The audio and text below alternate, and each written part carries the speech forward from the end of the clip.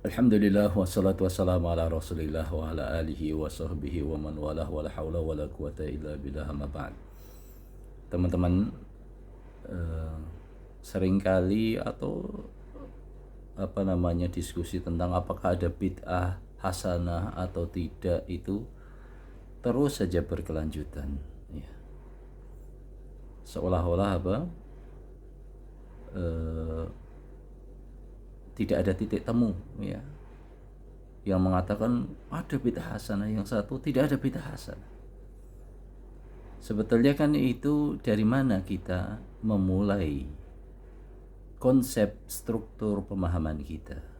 Ketika Imam Syafi'i mengatakan bid'ah itu ada bid'ah hasanah, ada bid'ah sayyi'ah, kira-kira apakah beliau ingin ingin menentang hadis Nabi kullu bid'atin dhalalah?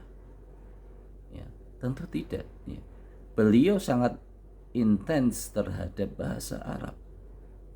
Bahkan lafaz-lafaz syar'i pada dasarnya harus untuk memahami lafaz-lafaz syar'i harus diawali dengan pemahaman terhadap bahasa Arab.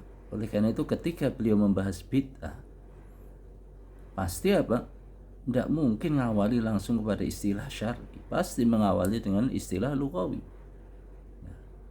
Dan semua ibtida atau ihdath, suatu perkara yang baru secara lughawi jelas bid'ah.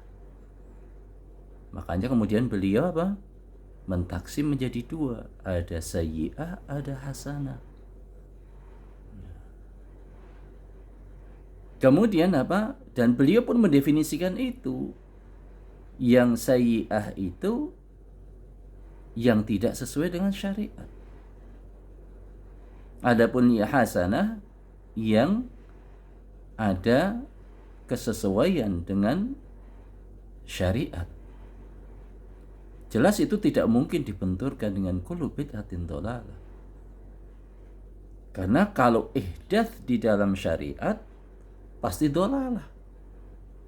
Pasti dhalalah. Karena kita memasuki ranah yang bukan wilayah kita, yaitu wilayah tasyri', pensyariatan hukum.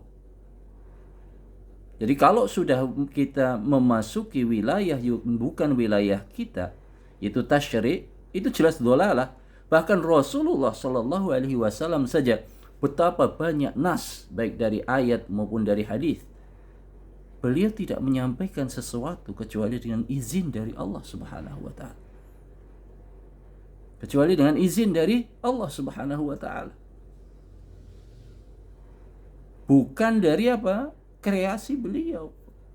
Dan sangat keliru kalau kita mengatakan hadis Bilal, yaitu sholat setelah wudhu itu dalil bolehnya melakukan ihdath yang hasanah.